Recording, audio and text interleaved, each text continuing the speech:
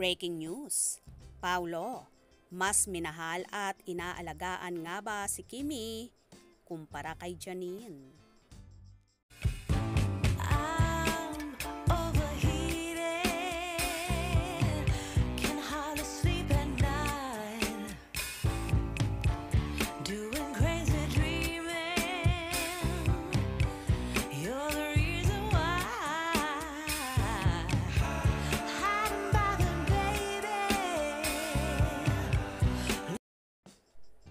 Para lamang daw kay Kim Chiu ang green flag ni Paolo Avellino.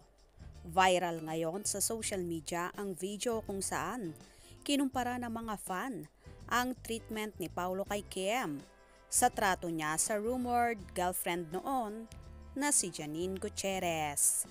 Makikita sa simula ng video na magkasama sina Paolo at Janine sa isang event. May mga fan na nagpa-picture kay Paolo pero hindi nito niyayang sumama si Janine, kaya naman umalis na lamang ang actress. Ibang-iba naman ito nang may magpa-picture na fans kay Paolo kung saan niyaya niya si Kim na sumama. That's what we call kayo na bahala. Basta, apaka-arte ko. For today's video, Paolo, the greenest flag, para lang kay Kim Chiu. Kim who? Kim Chiu. Ang aga para mag-inarte, saad sa caption ng nag-post ng video.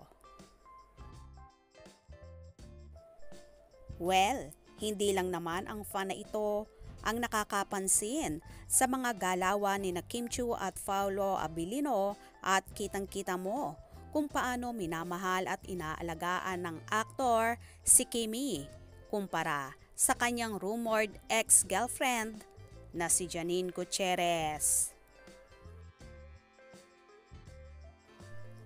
Isa kaya ba ito sa pagpapatunay na talagang mas na-inlove siya kay Kimi kumpara kay Janine at mas maraming katangian ang actress na nagustuhan nito? Kaya naman ganun niya lang itong inaalagaan at minamahal. Kitang-kita naman kung gaano ka-proud si Paolo kay Chinita Princess simula nang makatrabaho niya ito. Talaga namang umaapaw ang pakilig at paayuda palagi ng Kim Pao na tila totohanan na nga ang nagaganap sa kanilang relasyon.